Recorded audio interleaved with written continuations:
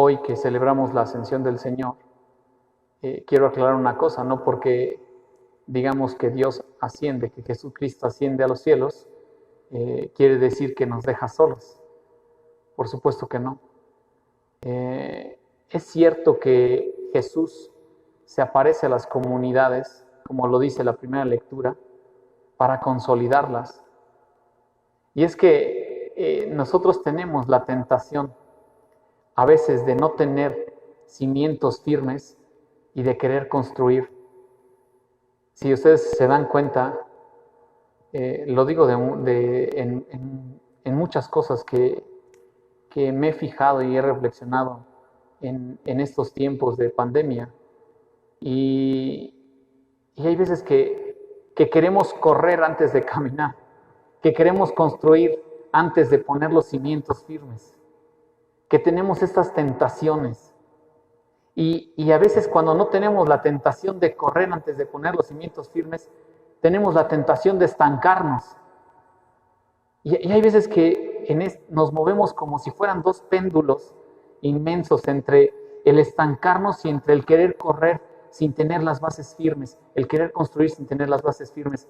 Y nos movemos así, como si fuéramos péndulos de un extremo al otro. Y hay veces que lo pasamos a nuestra vida. Fíjense estos discípulos, que en la primera lectura están viendo cómo Jesús sube al cielo, está relatando Lucas en Hechos de los Apóstoles. Y está diciendo que viéndolo al cielo, no dice cuánto tiempo se quedaron viéndolo al cielo, pero entiéndase que era un momento de estancamiento. Por eso es que llegan estos dos ángeles y le dicen, ¿qué hacen ahí parados mirando al cielo? Si ese Jesús que se fue, ya les encomendó algo y también va a regresar. No lo pueden esperar parados, estancados, esperando a que Él regrese. Él ha de regresar, pero mientras Él regresa, ustedes tienen que cumplir lo que les mandó. Fíjense, esto es importantísimo. No podemos estancarnos. Que quiero aclarar, no es lo mismo quedarse en casa que estancarse en casa. ¿Sí? No es lo mismo. Tenemos que aprender a vivir conforme venga la vida. Vuelvo a repetir, no es lo mismo estancarse que quedarse en casa, no es lo mismo. Porque el quedarse en casa no quiere decir que estás obligado a estancarte. ¿Sí? Y aquí ustedes lo pueden reflexionar de muchas maneras. El que tú convivas con tu familia, ¿sí? Por ejemplo, estoy poniendo un ejemplo, si ustedes quieren, hermanos, tonto, común, burdo, no sé, como ustedes lo quieran ver. El quedarte con tu familia y estar con tu familia y el que se vuelva algo cotidiano las peleas, eso no quiere decir que sea normal, eso no quiere decir que sea evangélico, eso no quiere decir que ya no vas a poder salir de este tipo de cotidianidad malévola, porque no es lo mismo quedarte en tu casa que estancarte en ese tipo de peleas y de discusiones. Fíjense, el que nos quedemos en casa no significa que no nos bañemos. El que nos quedemos en casa no significa que no leamos. El que nos quedemos en casa no significa que no disfrutemos y sigamos disfrutando a la familia hasta donde Dios quiera. O sea, el que nos quedemos en casa no significa que vamos a vivir una actitud ya de desgracia y de desesperanza. No significa eso. El que todos digan que ya están entrando enfermedades psicológicas por quedarte en casa o por esta circunstancia, algunos que no se quedan en casa por esta circunstancia que estamos pasando, no significa que sea bueno para tu vida.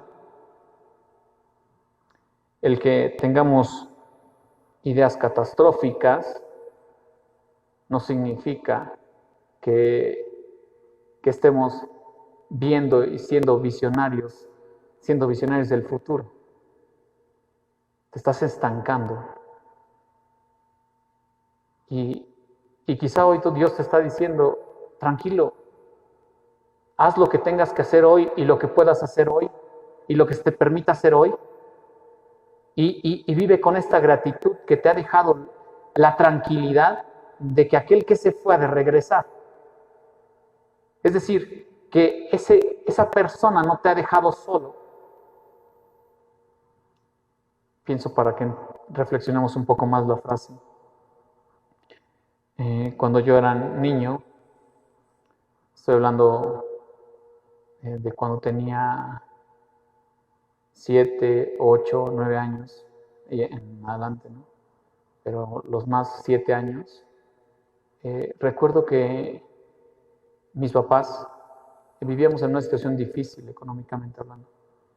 Y mis papás tenían que salir a trabajar los dos. Y nos dejaban, no porque ellos quisieran, nos dejaban a cargo de mi hermana, que tiene 2 años más que yo. Yo tengo otra hermana también, otra más chica. Y estábamos los 3 en la casa, ya saben, dejan las instrucciones debidas. Y estoy seguro que no era la única familia que hace eso. Dejaban las instrucciones debidas y mis papás se iban a trabajar. Y no entrábamos en desesperación. ¿Saben por qué? Porque en nuestro corazón y con la fe que puede alcanzar un niño y con la esperanza que puede tener un niño y con las plegarias que puede hacer un niño, siempre le pedíamos a Dios que nos cuidara a nuestros papás para que regresaran. Y sabíamos que iban a regresar. Y miren, gracias a Dios, en toda mi niñez, mis papás regresaron. Y era un gusto cuando tocaban, porque ya sabíamos que eran ellos, ¿no?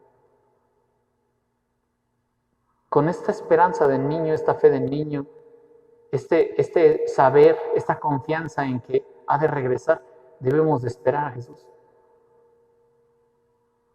Es una espera activa, es una fe que se mueve en el tiempo y en la historia. Estamos tranquilos, ¿por qué? Porque sabemos que ha de regresar. Pero no porque estemos esperando a nuestros papás, dejábamos de hacer la tarea. No porque estábamos esperando a nuestros papás, dejábamos de limpiar la casa. No porque estuviéramos esperando a nuestros papás, dejábamos de ser felices.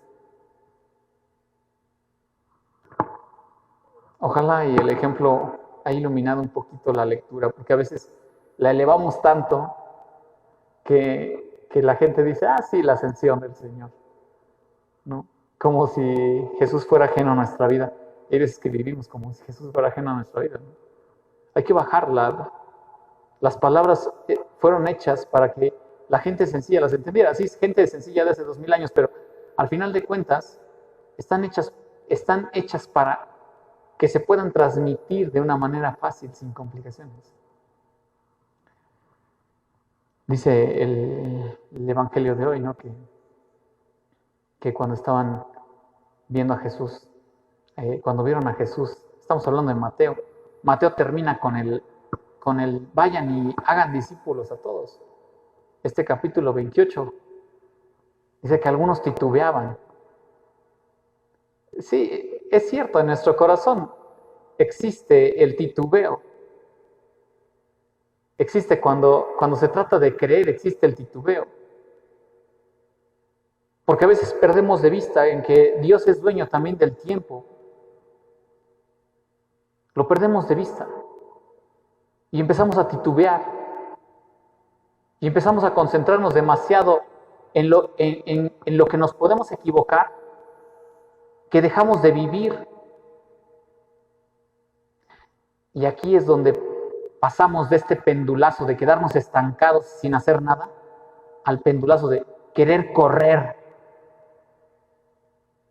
Y apuesto, ¿no? Que hay gente que empieza con estos nervios de seguramente me puedo morir y ya está empezando a correr. Oye, pero ¿te das cuenta que Jesús está enfrente de ti? Sí, sí, pero ¿te das cuenta que Dios es parte de la historia y es el Señor de la historia? Y pase lo que pase, no podemos detener absolutamente el tiempo. Y esto es una buena noticia porque si no podemos detener el tiempo, quiere decir que todo lo que estamos viviendo también ha de pasar. No hay que escapar y tratar de correr más rápido que el tiempo, que la muerte o que la enfermedad. Vivimos en neurosis continuas por tratar de controlar el mañana, que nos olvidamos que el único que sabe si es que vamos a tener un mañana o no es Dios. Y el presente queda anulado. Y el presente queda lleno de neurosis y de psicosis y de cuestiones nerviosas y de problemas que a veces hasta nos inventamos. Ya la vida tiene su sufrimiento, ya la vida tiene sus dificultades. Si tú piensas en las del mañana, parece que estás viviendo en un continuo, en una continua dificultad. Hermanos, no corramos hacia el mañana. No corramos hacia el mañana. El mañana ha de tener sus problemas, pero en medio de esos problemas también ha de estar Jesucristo, nuestro Señor, y el Espíritu Santo que nos dejó. ¿Qué va a pasar? No sabemos, pero yo sé que el Señor no nos ha de abandonar. Eso es de algo que estoy seguro.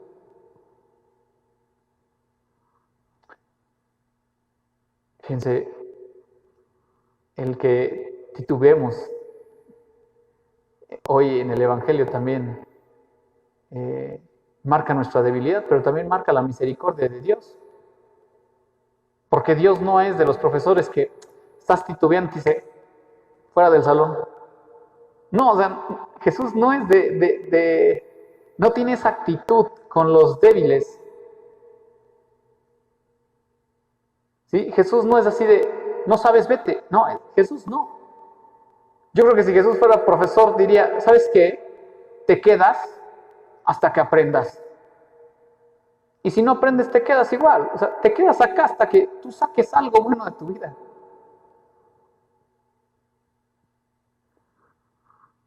En la mañana platicaba yo con una persona y le decía, hay veces que creemos que el testimonio, ojalá y no me lo malentiendan, porque hay gente que a veces tiende a malentender muchas cosas. Si tienen alguna duda, la pueden preguntar por medios digitales. Ya se puede, ¿verdad? Hay veces que creemos que el testimonio tiene que estar reducido a la coherencia. Y la coherencia decimos que es igual al no equivocarse o a la perfección. Y los que tratan de caminar por esta línea no tienen una mala intención, quiero aclararlo.